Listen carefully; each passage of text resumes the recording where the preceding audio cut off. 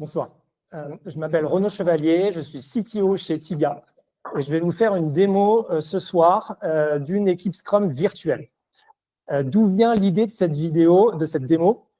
Il y a un an, j'étais en mission à la Poste pour une étude de value stream et je pense que c'est une des organisations les plus complexes que j'ai pu rencontrer dans ma carrière et j'ai ressenti le besoin de me faire assister par la GenAI. Du coup, j'ai commencé à avoir un usage un peu approfondi de ChatGPT et j'en ai créé un custom GPT, un assistant conversationnel spécialisé en études de value stream. Je l'ai présenté au mois de septembre dans diverses conférences et m'est venue l'idée, il y a eu un vrai impact de cette démonstration, m'est venue l'idée de voir jusqu'où on pouvait aller. Et est-ce que ces outils de GenAI, ces capacités de GenAI, ces opportunités technologiques nous permettent aujourd'hui de remplacer une Scrum Team. Jusqu'où est-ce qu'on peut aller? Du coup, en décembre, on a commencé à poker une équipe Scrum virtuelle avec deux outils, N8N et Flowise, dont je vais vous faire la démonstration ce soir. Et puis, on va discuter ensemble pour en tirer les conclusions par rapport à ce qui est technologiquement accessible aujourd'hui. J'appelle ça un wake-up. Du coup, on va commencer, je vous raconte l'histoire à travers les différentes démos. On commence par l'assistant conversationnel. C'est l'assistant conversationnel que j'ai créé à la Poste. Le petit nom s'appelle Alfred. Donc, qu'est-ce que c'est qu'un custom GPT? Grosso modo, quand vous avez un abonnement sur OpenAI, sur ChatGPT, vous avez accès à une marketplace avec différents GPT que des personnes comme moi ont pu publier. Et donc, ça nous aide l'opportunité, sur le bouton créer ici, ça nous donne l'opportunité de créer un custom GPT, donc un GPT auquel vous donnez des instructions de configuration, ce qu'on appelle un système prompt, et des documents pour lui donner de l'information, un contexte. Donc, moi, j'ai créé un assistant spécialisé consultant en business architecture, value stream, TOGAF, tout ce qui est agilité, tout ce qui est product. Donc, je l'ai vraiment alimenté avec un comportement assez particulier pour pouvoir avoir des réponses qui sont fiables et une sorte d'industrialisation dans les réponses. Je suis consultant, j'ai besoin d'avoir des livrables qui ont certaines réponses. Donc, j'ai créé ce custom GPT. Cette mécanique, elle est dans ChatGPT, mais vous l'avez également dans Claude. Dans Claude, que je vous montre ici, vous avez ce qu'on appelle des projets. Donc là, par exemple, j'ai un projet qui est un assistant qui fait de l'audit d'accessibilité automatique de sites Internet. Et vous avez la même chose dans Gemini. Dans Gemini, ça s'appelle un gemme. Donc, c'est la même chose. Et là, par exemple, j'ai des gemmes qui sont des synthétiques persona. Donc, à qui on a donné de la data de persona, avec qui on peut interagir pour dérisquer des idées d'opportunités. Donc, Custom GPT sur ChatGPT, GEM dans Gemini, projet dans Claude. Donc, je vais vous faire une démonstration de mon Custom GPT qui s'appelle Alfred, qui est spécialiste en business architecture. Pour la démo, on va utiliser Alfred pour identifier 5 idées de produits digitaux sur un secteur en particulier. Ce soir, j'ai choisi le secteur de back market. Donc, je prépare mes interventions en fonction des personnes, donc je me suis permis. Donc, on va utiliser Alfred pour identifier 5 idées de produits. Ces produits, on va en choisir un ensemble et puis on va le faire rentrer dans l'équipe Scrum virtuelle. Puis on va voir ce que ça génère et jusqu'où on peut aller. Donc, pour utiliser Alfred, donc je l'ai customisé, mais il y a également des prompts d'usage. Et je vais vous montrer un prompt pour aller, c'est un peu petit, je vais vous le lire. Je vais essayer de zoomer. Pour aller identifier 5 idées d'opportunités technologiques. Hop. Attendez. Vous m'entendez sans micro ou pas? Est-ce qu'il faut que j'ai le micro ou pas? Est-ce que vous m'entendez si je parle sans micro? Ouais, cool, merci. Donc là, on est dans GitHub. Les prompts, pour moi, c'est comme des bases de code, donc ça se versionne. Et donc, je vais vous lire le premier prompt d'usage d'Alfred pour identifier 5 idées de produits sur le secteur de back market. Donc, je lui demande explicitement, alors je suis poli avec lui, Alfred, je l'ai configuré pour avoir une certaine forme de politesse. Il a même, pour le fun, un comportement comme le majordome de Batman, Alfred de Batman. Donc, on a une conversation ensemble qui est polie. Donc, je lui dis merci. Je dis hello, s'il te plaît, est-ce que tu peux faire des choses?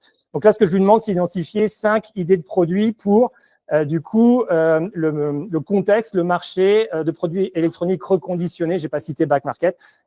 Si tu me diras si tu trouves ça pertinent ou pas. Le contexte de l'analyse, du coup, c'est un contexte qui est fake. C'est quelque chose qui est à customiser. Là, on dit que c'est sous la réflexion du CPO. Le job to be done, c'est d'identifier 5 idées nouvelles, disruptives de produits digitaux. Et puis, l'objectif est d'en créer un MVP ASAP avec la Scrum Team virtuelle. Dans ce contexte, je lui donne quelques contraintes pour qu'il puisse être beaucoup plus focus ou en tout cas éviter qu'il se disperse ou qu'il hallucine. Par exemple, je lui demande d'être rigoureux, compréhensif et cohérent dans ses réponses. Je lui demande d'aller chercher des réponses vérifiées. Je lui demande, s'il ne sait pas, d'aller me dire qu'il ne sait pas explicitement. Donc, tout un tas de choses pour aller faire son analyse. Après, je le fais réfléchir en entonnoir pour aller chercher ces 5 idées de produits. La première chose, c'est que je lui demande d'aller identifier les entreprises du secteur, celles qui sont leaders du secteur et celles qui disruptent le secteur. Une fois qu'il a fait ça, je lui demande explicitement d'aller identifier les clients et utilisateurs, des exemples de clients utilisateurs dans ce contexte. Ensuite, je lui demande d'aller identifier des produits et des services de ce contexte, catégorisés par famille de produits et services. Ensuite, je lui demande d'aller identifier les solutions que l'on trouve régulièrement dans ce type d'entreprise. Et ensuite, je lui demande de prendre un petit peu de hauteur en allant identifier les challenges du secteur que le secteur rencontre aujourd'hui pour aller identifier des potentiels axes stratégiques d'entreprise par rapport à ces contraintes-là. Et finalement, je lui demande d'identifier les produits que ces entreprises sont en train de lancer aujourd'hui et d'après de réfléchir sur la base de tout ce qu'on s'est dit, d'aller identifier des nouvelles idées de l'innovation par rapport à tout ça. Donc, un prompt en entonnoir pour aller chercher 5 idées que l'on va rentrer dans la Scrum Team virtuelle. Je fais un copier-coller de ce prompt et on va le mettre dans My Business Architect, dans Alfred. Et on va voir ce qui se passe. C'est parti. Donc là, il a simplement en contexte des informations d'experts. Il n'a aucun contexte sur le secteur ni sur Back Market. C'est juste sa base d'entraînement. Et on va voir ce qu'il sent. Donc là, il est en train de prendre connaissance. Il répète le contexte que je lui ai donné. Et puis directement, il est parti sur les entreprises du secteur, donc leader du secteur Back Market, suivi de Swapi, Recommerce Group, Amazon Renewed et Apple Certified Refurbished. J'ai mon accent anglais qui est très bon. Ensuite, il y a en entreprise qui disrupte le secteur Circular, Greenwiz, Refurbed, Repair Café International et Fairphone. Les exemples de clients et utilisateurs du secteur, on va trouver les acheteurs de produits B2C, distributeurs et revendeurs et ainsi de suite. Je balaye doucement. Exemple de produits et services, première catégorie, appareils électroniques reconditionnés comme les smartphones. Deuxième famille, services logistiques et reverse supply. Troisième, services numériques associés. Quatrième, services de garantie et conformité. Cinquième, services orientés durabilité. Les exemples de solutions que l'on trouve dans ce type d'entreprise, on a des outils de gestion de stock reconditionnés, des portails de qualité, des tableaux de bord de performance et ainsi de suite. Plateforme de feedback client. Je ne sais pas si vous arrivez bien à lire. Les défis du secteur, on prend de la hauteur. Première chose, c'est fiabilité perçue des produits. Deuxième, traçabilité et transparence. Troisième, réglementation stricte. Quatrième, optimisation des marges. Cinquième, pression environnementale et greenwashing. Sixième, variabilité de l'offre matière première. Septième, compétition avec le neuf à bas prix. Exemple d'axe stratégique pour l'entreprise qu'il peut être intéressant de suivre par rapport à tout ça. Transparence et traçabilité. Plateformisation et marketplace B2B, B2C. Data et IA pour la maintenance prédictive. Développement produits circulaires et modèle d'abonnement et d'usage. Et donc là, il s'est arrêté ici. Je vais lui demander de continuer. Il n'a pas été au bout de la réflexion. Je vais lui demander 5 idées. Donc là, il me sort le 8. Donc là, c'était le type d'initiative que les entreprises sont en train, le type de produits que ces entreprises sont en train de réaliser par rapport à tout ça. Donc, Back Market, pour lui, vous êtes en train de travailler sur la transparence, sur l'impact environnemental. Refurbed, Recommerce as a Service, RAS. Swapi, outil diagnostic IA pour iPhone. Recommerce, API de conformité RGPD et sécurité data. Et Fairphone, design modulaire et réparabilité native. Et du coup, 5 idées de produits qui peut être intéressant de lancer aujourd'hui. Le passeport numérique circulaire produit. Le reconditionnement as a service pour PME. La plateforme IA de prédiction de fiabilité des appareils. Abonnement technologique responsable, circular as a service, et score éthique et environnemental par produit. C'est un peu toi l'expert du secteur. Qu'est-ce que tu en penses? Il y a des choses intéressantes et il y en a d'autres qui sont peut-être un peu plus éloignées de la réalité. D'accord. Par exemple, le prix, on sait que c'est le numéro 1, le driver numéro 1, et là, il est en 7e. C'est peut-être pas ça l'initiative principale de MapMarket. On monte un petit peu, celle-là. Parce qu'il y a des petites inexactitudes, mais globalement, c'est vrai que c'est intéressant. Enfin, ça donne des idées. Le feedback que j'ai en général, c'est 7 sur 10. En termes de scoring, de qualité, sans données contextuelles. Là, tu parlais de data. Imagine si on plug de la data à tout ça, jusqu'où on peut aller. 5 idées de produits. L'idée, c'est d'aller faire tourner la Scrum Team virtuelle. Est-ce qu'il y a un produit qui vous intéresserait de travailler maintenant avec cette Scrum Team virtuelle? Donc là, on a 5 idées. Passeport numérique, circulaire produit, reconditionnement as a service, plateforme IA, de prédiction et fiabilité des appareils, abonnement technologie responsable, score éthique et environnemental par produit. La 2. La 4. Reconditionnement as a service, abonnement technologique responsable, circulaire as a service. Ça te parle, ça? Ouais. Je me permets de partir, vu qu'on a pris Break Market, je me permets de partir là-dessus. Donc, du coup, on va prendre ça et on va partir dans la Scrum Team virtuelle. Alors, la Scrum Team virtuelle, pour réaliser cette initiative, l'outil qu'on a choisi, on a choisi 2, N8N, N8N et Flowise. Alors, N8N, qu'est-ce que c'est? Vous avez mis une photo tout à l'heure dans votre présentation. C'est un outil qui est plutôt spécialisé dans les workflows. On peut quand même créer des agents, mais plutôt spécialisé dans les workflows. C'est un concurrent direct de Zapier ou de Make. Et l'avantage, il y a 2 avantages pour moi dans N8N, c'est qu'il est open source, ce qui veut dire que vous pouvez l'installer sur votre infra. Ça veut dire que la data reste chez vous. Et ça, c'est pas anodin. Et le deuxième truc, c'est qu'il a un nombre de connecteurs hallucinant sur tout un tas de produits du marché. Donc, je vous passe rapidement les connecteurs auxquels on a accès. Donc là, je déroule la liste. Je suis toujours dans les A.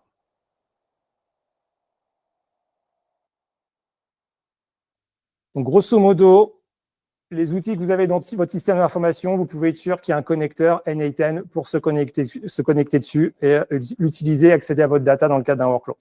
Donc, c'est hyper puissant. En plus, ils ont le vent en poupe, ils sont en levée de fonds, 50 millions il y a moins de 6 mois. Donc, c'est un truc qui a le vent en poupe. Donc, N8N, hyper intéressant. On a pris ça pour pouvoir tester. Alors, comment on a fait pour simuler cette Scrum Team? Bien, on s'est dit, voilà, quelles sont les macro-activités d'une Scrum Team, de l'idée jusqu'à de la génération de code. Du coup, on a fait un macro-workflow. Je vais vous détailler ce workflow. On va le passer en revue. Première chose que l'on va réaliser avec ce workflow, c'est qu'on va faire une market research. Donc là, quand vous avez un petit chain comme ça, c'est qu'on appelle un LLM. On lui donne un prompt et le LLM va retourner un résultat. Cette petite chaîne, elle est connectée à justement un LLM et pour cette démonstration, on utilise GPT-4o tout au long de ce workflow-là. On pourrait changer de LLM en cours de route. On verra sur la génération de code, il y a peut-être des LLM comme Claude 4 qui sont plus performants aujourd'hui, mais on va prendre GPT-4o pour faire ça. Donc, on fait une market research. Le résultat en transformation en HTML, on crée une page Confluence. Derrière, on fait une user research. Page HTML, page Confluence. On identifie les OKR du produit de l'initiative qu'on a identifié dans Alfred. On va créer une page Confluence. On va faire une fiche épique au format safe. L'idée, c'est le format safe, c'est hyper structuré. On a des informations hyper précises. C'est un lean business case pour prise de décision. On va créer une page Confluence. On va créer le ticket Jira épique correspondant. On va faire le UX design, sauf qu'on va être en mode texte. On n'est pas encore connecté à Figma. On va créer une page Confluence de ce UX design. On va faire le UI design. On n'est pas encore connecté à Figma, c'est du mot texte, on crée une page Confluence. Et puis, on va faire le cadrage d'architecture et on va créer une page Confluence. Volontairement, à ce moment-là, je vais faire une pause, parce que vous allez voir, ça va assez vite. Et donc, on va manipuler quelques fichiers. Je vais vous montrer ces résultats-là avant de passer à la deuxième partie. Qu'est-ce qu'on va faire dans la deuxième partie? On va passer plutôt dans le backlog management cette fois-ci. On va aller récupérer dans Confluence toutes les pages qui ont été générées. Et du coup, on va demander à GPT-4o d'écrire les user stories. Pour la démo, je demande 5 en format en tant que je veux afin de. Pour chacune des user stories, on va créer un ticket Jira correspondant. Derrière, on va aller prioriser ces user stories. C'est GPT-4o qui va définir l'ordre de priorité, l'ordre dans lequel, pour lui, il faudrait les réaliser. Et on va changer l'ordre des tickets dans Jira. Une fois qu'on a fait ça, on va lui demander de compléter les descriptions en tant que je veux afin de avec les scénarios Gherkin, critères d'acceptation. Et on va compléter les tickets Jira avec ces scénarios de test. On va du coup derrière aller faire le planning poker, estimation relative, et on va mettre les points dans Jira par rapport au ticket. On fait une pause à ce moment-là, on va manipuler Jira, on va regarder ce qu'il y a derrière. Une fois qu'on aura fait ça, pour le fun, je vais expliquer pourquoi je parle pour le fun, on va aller chercher tous ces tickets Jira et puis on va coder ces user stories une par une et pour tous les fichiers de code qui vont être générés, on va faire un commit dans GitHub et il va itérer sur chacune des user stories. Je dis c'est pour le fun parce que c'est absolument pas le sens de l'histoire. Vous allez voir que le code qui est généré là, il n'est pas ready pour la prod, c'est pas un code de super bonne qualité, bien que vous allez voir dans le repository GitHub, c'est quand même assez intéressant ce qu'il va générer. Ce n'est pas le sens de l'histoire. Le sens de l'histoire, ça va être des outils, des IDE comme Cursor ou des assistants, des agents comme Claude Code ou Codex. Donc là, c'est vraiment pour le fun. Par contre, ce qu'on va faire, parce qu'on va essayer de générer un produit, c'est qu'on va utiliser Lovable derrière. Je ne sais pas si vous connaissez Lovable. Lovable, du coup, c'est un assistant conversationnel qui directement réalise une application par la conversation. Donc, ce qu'on va faire, c'est qu'on va aller rechercher toutes les pages Confluence, tous les tickets Story Jira. On en fait un Product Requirement Document. Et puis ça, je vais le donner à Lovable et on va voir s'il nous produit un POC, un MVP par rapport à cette idée générée par Alfred tout à l'heure. Ça, c'est un workflow. Et puis, j'ai une autre version de la Scrum Team après, un peu plus agentique. Avant de commencer à faire tourner ce workflow, j'ai plusieurs choses à vous montrer. Je vous ai dit qu'on allait utiliser GPT-4o pendant tout ce workflow-là. On fait des appels de LLM, on va regarder combien ça coûte. Ici, là, vous avez mon compteur. On est à 19,03 €. Donc, on va voir combien tout ça, ça coûte de faire tous ces appels de LLM. Pour vous montrer que je ne triche pas, là, je suis dans mon espace Confluence. Je rafraîchis. Je n'ai aucune page, aucun document Confluence dans l'espace. Et là, je suis dans Jira. Je rafraîchis mon projet. Je n'ai rien non plus dans mon projet Jira. Et là, je suis dans mon repo GitHub. Je rafraîchis. Et vous voyez, je n'ai rien du tout dans le repo. N8N, vous avez plusieurs modes pour déclencher un workflow. Là, on va le faire en mode conversationnel. Donc, j'ai une interface de chat. Hop, c'est pas ça que je voulais faire. J'ai une interface de chat juste en dessous. Donc là, je vais agrandir. Je vais aller dans Alfred. Mon Alfred, il est là. Je vais chercher l'initiative numéro 4. Je vais juste faire un copier-coller de ce qu'il m'a généré. S'il veut bien.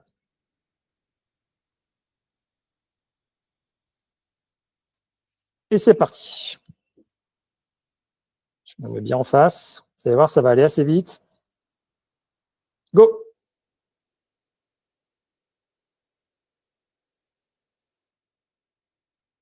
Donc là, il est en train de faire sa market research. Alors, c'est un prompt. Hein. Je vous montre grosso modo le type de prompt que l'on a derrière. On lui a donné un rôle pour être un expert en market research. On lui a donné une mission, des objectifs. On lui a donné des limitations et puis on lui a donné une méthodologie de market research. Donc, on a du data-driven insights et du strategic analysis. Et puis, on lui a donné quelques sources de données privilégiées. On a cité du McKinsey, du BCG ou autre. Le ton et le style pour répondre et puis quelques contraintes derrière.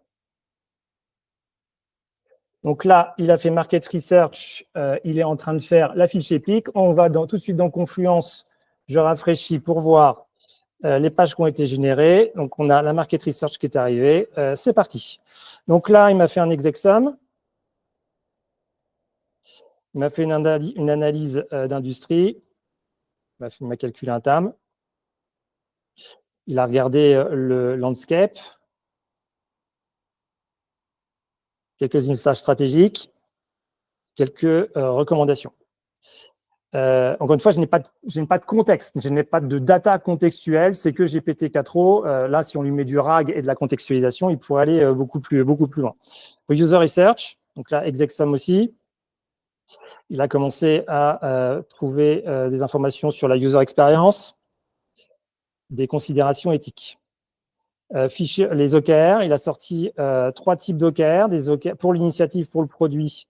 OKR stratégique, objectif qui résulte, OKR tactique, OKR opérationnel. Il fait un score de faisabilité. Pour lui, c'est à 8 sur 10. Je rafraîchis. Le flow a dû terminer. Ouais, il est allé jusqu'au bout. Je l'ai rafraîchi. On y retourne. Epic Lean Business Case. Du coup, il a donné un nom d'Epic. Il a donné une description. Il a fait une justification business avec des hypothèses d'outcome, les leading indicateurs à suivre.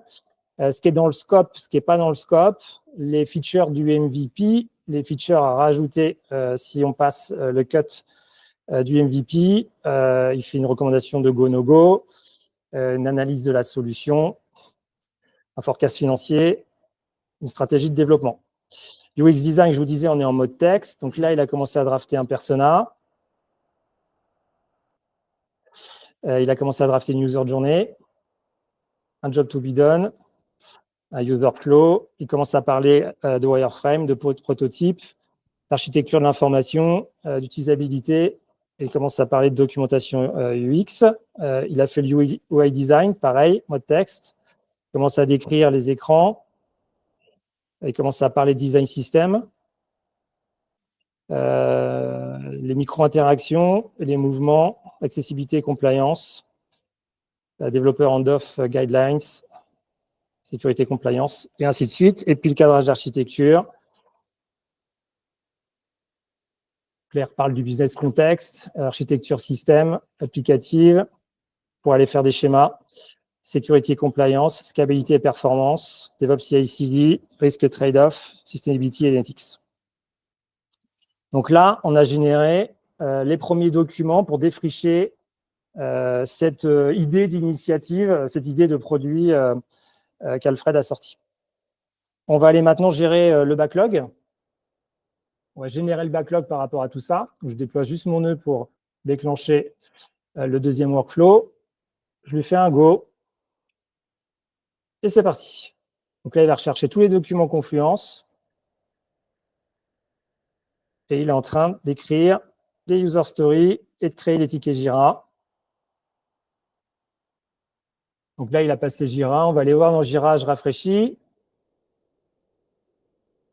Donc pour la démo, 5 user stories, donc souscription, management, portal.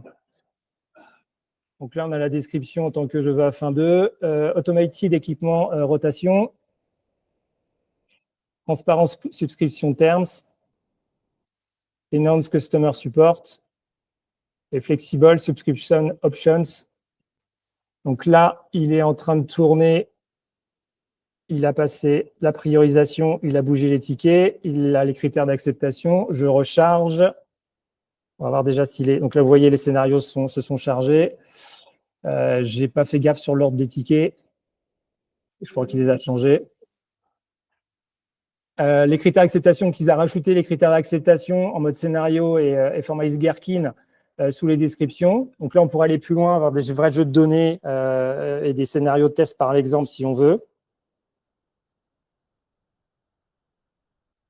Encore une fois, on n'a pas de contexte. On pourrait lui mettre une documentation produit. Je pourrais vous raconter ce qu'on fait au Club Med en ce moment. On est en train exactement de réaliser ce use case-là. Et on a les points story point qui commencent à arriver. Il m'a fait une estimation relative. Donc là, il n'a pas eu tout de repère de points pour l'estimation relative. Il l'a fait par rapport à ce qu'il comprend. Si on lui donne des matrices de référence d'équipe avec des exemples de story pour les équipes concernées, il pourrait faire une estimation relative plus pertinente. Donc là, on a généré le backlog. Et du coup, on va aller lancer la génération de code pour le fun. Je lui remets un go.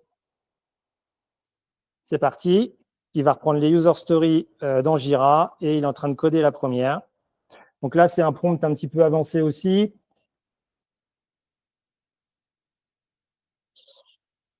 On lui a mis un rôle donc, en tant que développeur senior dans une Scrum Team, une mission, d'écrire du code.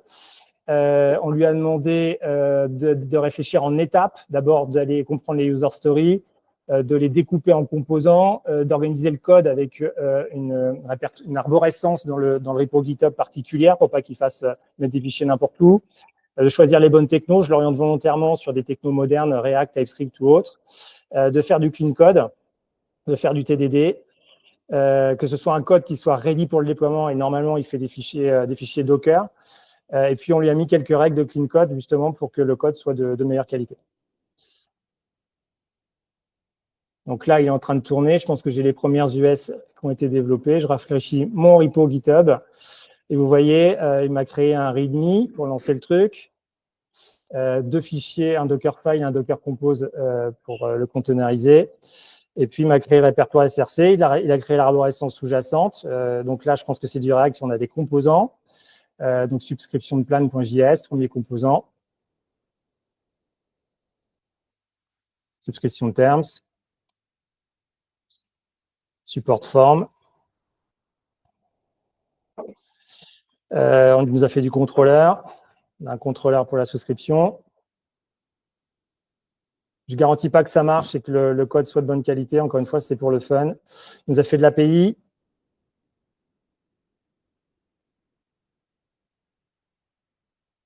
Et ainsi de suite, la couche de service et les tests. Et il est toujours en train de coder les user stories. Donc ça, c'est pour la partie génération de code, mais ce n'est pas ce qui m'intéresse dans cette démo. Donc je vais l'arrêter là. Ce qui m'intéresse, c'est de faire tourner Lovable pour voir s'il est capable de nous faire un MVP avant la fin de la séance. Donc je vais lancer ce prompt pour avoir le document de Product Requirement Design que je vais mettre dans Lovable View derrière. Donc il va rechercher toutes les pages Confluence, toutes les user stories qui sont dans Jira. Et là, il me génère un gros fichier texte de requirement.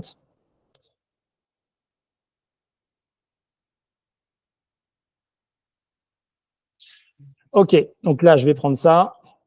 Grosso modo, c'est une synthèse de tous les documents qu'il a fait. Donc, Lovable, on y va. Il est là. Donc, c'est une interface conversationnelle comme ChatGPT. Donc, simplement, je lui mets le PRD. C'est parti. Donc, il est en train d'analyser. Ça va prendre un petit peu de temps. On va passer sur une autre version de la Scrum Team et puis on reviendra là-dessus le temps qu'il génère. Là, on va regarder le compteur. Donc là, on était à 19,03. Rafraîchi.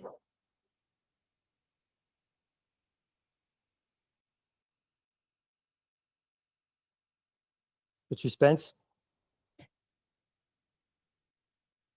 Donc 19,13, 10 centimes d'euros pour générer tout ça.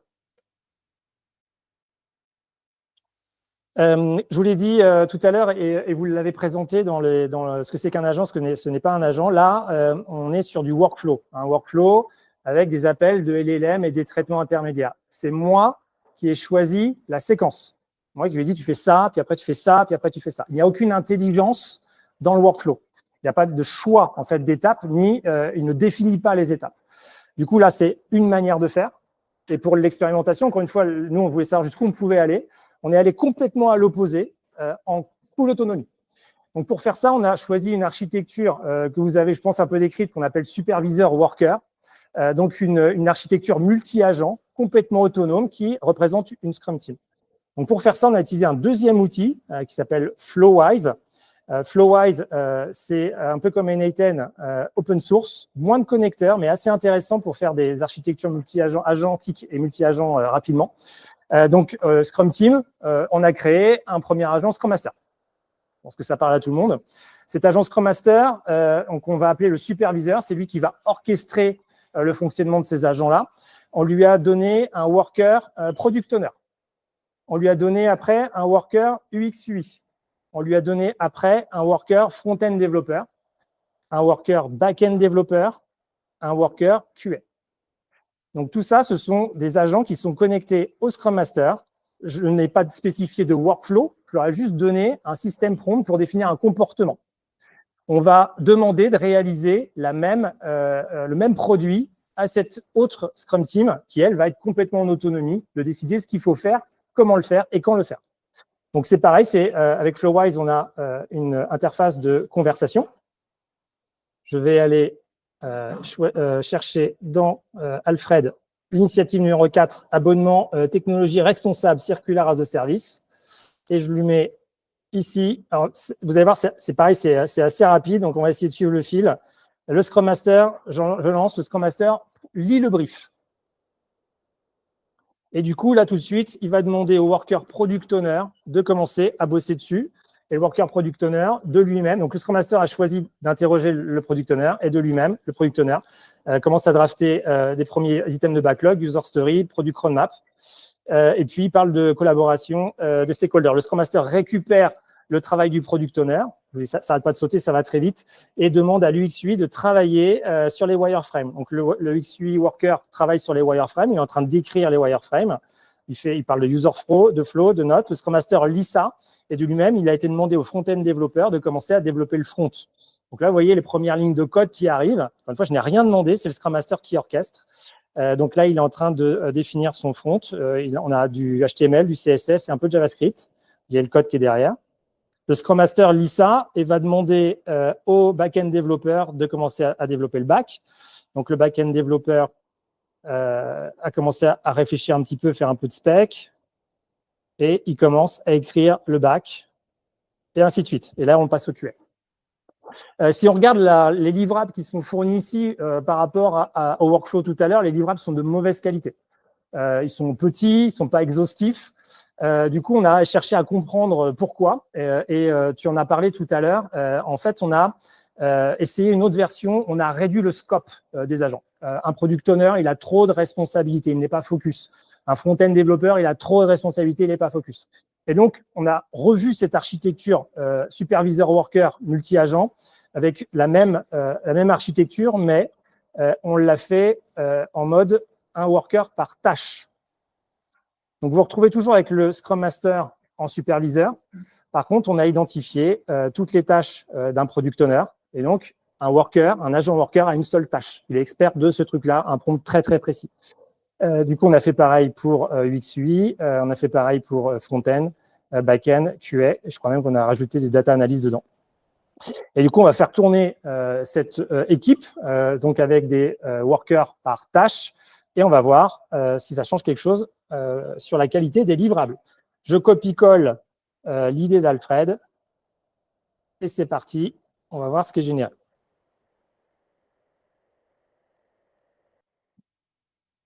Donc là, de lui-même, il demande au worker qui s'occupe de la j'ai pas vu.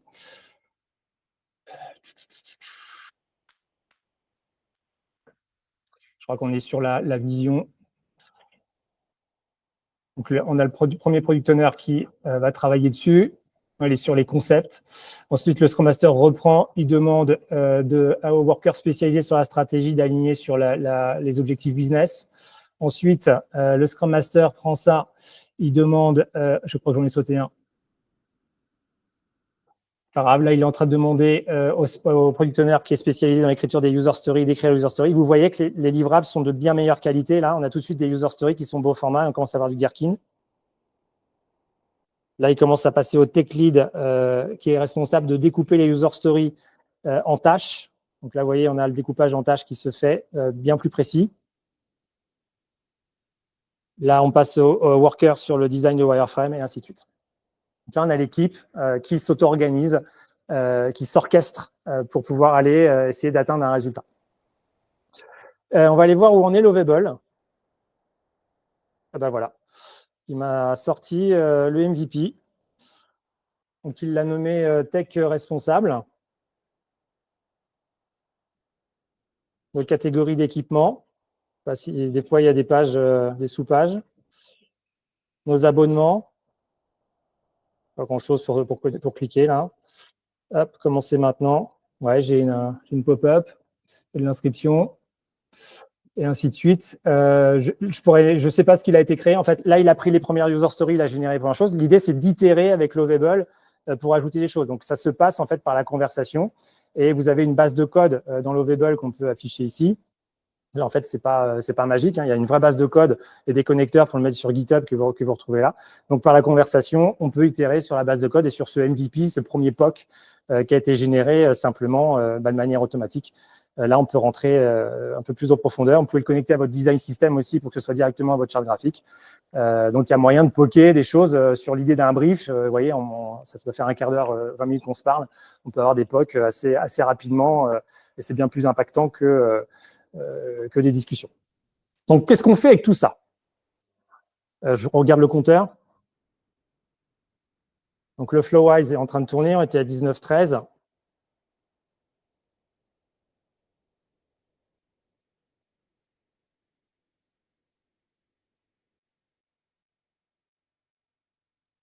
On est à 23, ça a coûté 20 centimes.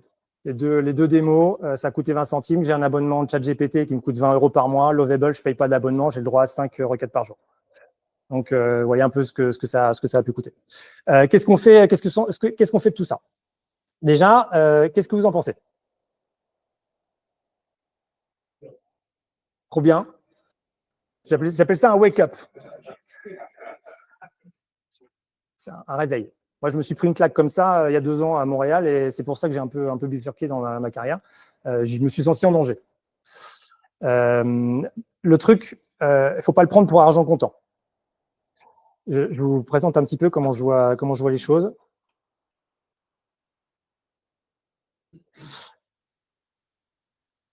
Tous les livrables qui ont été réalisés là, il ne faut pas les prendre pour argent comptant. Il y a plein de… Là, on manque de contexte déjà. Il y a peut-être des hallucinations. Généralement, c'est un 7 sur 10. Ça veut dire qu'on ne peut pas aller plus loin ou il n'y a pas des choses à améliorer. Donc, moi, je vois ça comme l'anti-page blanche. Moi, j'ai le syndrome de la page blanche. C'est hyper dur pour moi de démarrer à produire quelque chose, surtout quand on a un agenda hyper chargé et une charge mentale hyper importante. Donc, j'appelle ça l'anti-page blanche. Donc, comment je le vois? Moi, je vois ça comme une réelle opportunité, c'est une opportunité technologique pour récupérer du bien-être au travail dans mon quotidien. Et moi, je suis un agiliste convaincu. Je vois ça comme un Kanban. Vous avez vu ici, avec le workflow dans N8N, toutes les activités d'une Scrum Team. C'est une value stream de développement. Et je vois assez bien un agent entre chaque colonne. Chaque fois qu'il y a un ticket Jira qui bouge, par exemple, il y a un brief qui a été généré, je bouge le ticket Jira. C'est un déclencheur pour qu'un agent, par exemple, commence à défricher Market Research, User Research. Une fois que l'agent a fait le premier livrable, le ticket bouge et il me demande d'en faire la revue. On appelle ça du Human in the Loop. Et donc là, moi, je n'ai pas de page blanche et je peux directement commencer à travailler sur la base d'un truc. Il m'a pré-mâché le travail. J'ai fini ma relecture, je corrige, ainsi de suite. Je lui demande d'aller générer, par exemple, les épiques ou les features. Je bouge le ticket. Il y a un agent qui vient prendre le ticket, qui me pré-mâche le backlog, c'est directement dans Jira. J'en fais la revue, je complète, je bouge le ticket et ainsi de suite. Je le vois comme ça. Ça a un impact, ce que je suis en train de vous dire. Je pense que c'est un futur qui est pas très, très loin. Il y a par exemple Atlassian qui est en train de sortir Rovo, qui est une plateforme d'agents intégrée à Jira, Confluence, avec de la recherche cross-applicatif. Donc, c'est ce que je suis en train de vous décrire là. On est vraiment pas très, très loin. Et du coup, ça a un impact sur nos repères. Ça fait des années qu'on déploie du Scrum, du Kanban, il y a des Product Owners partout, des Scrum Masters, on a des sprints, on a des PI planning, on a des tribus, des trains, tout ça. Tous ces repères-là aujourd'hui, ce que je vous ai montré là, ça balaye. Pourquoi est-ce qu'on continuerait à écrire des user stories? À quoi ça sert là? Est-ce qu'on peut aller d'un document de cadrage directement à une base de code? Un PI planning aujourd'hui, avec ça, on peut le pré-mâcher. C'est-à-dire qu'un truc qui dure 2 jours, on peut le faire tenir en 2 heures, voire une demi-journée. Toutes ces pratiques-là. Les rôles, quand vous voyez qu'à partir d'un brief, je peux avoir toute la partie design jusqu'à la base de code, les rôles vont merger. À un moment donné, un product designer il va faire du product management ou un product manager va faire du design. Un product manager, il peut aller poker son MVP hyper rapidement. Donc, pourquoi est-ce qu'il irait demander à une Scrum Team de lui faire la première version? Donc, les rôles vont commencer à fusionner. On s'est beaucoup décrit par rapport à nos rôles, et ces rôles étaient calqués sur des compétences. Ces compétences, du coup, avec ces outils-là, vont devenir de plus en plus perméables. Donc, il y a un impact hyper important sur tous nos repères organisationnels, tous les réflexes qu'on a développés. Et par rapport à ce que je voulais vous montrer là, ces capacités technologiques sont déjà là. Donc, c'est une question de temps. C'est un futur qui est pour moi assez proche. Et je pense qu'on n'est pas prêt pour pouvoir faire ça. Il y a une énorme conduite du changement qui s'annonce avec des montées en compétences. On parlait de formation qui vont être nécessaires chez l'ensemble des collaborateurs pour s'approprier ces outils-là. Tu parlais de data as a service. Là, on peut parler d'agent as a service. Les plateformes comme Dust, N8N ou autres, c'est ça en fait qui sont en train de se jouer. Et vous allez avoir une capacité à proposer des idées business beaucoup plus rapidement qu'avant. Donc, le vrai sujet, ça va être la créativité pour pouvoir aller saisir des opportunités beaucoup plus rapidement. On va sortir de tout ce bruit qui est la méthodologie. On a tout intellectualisé, on va sortir tout ce bruit, toute cette méthodologie-là qu'on a mis depuis des années pour pouvoir se reconcentrer sur l'essentiel et aller repenser à la valeur puisqu'on va avoir les capacités technologiques pour le faire. Voilà ce que je voulais montrer ce soir. Merci pour votre attention.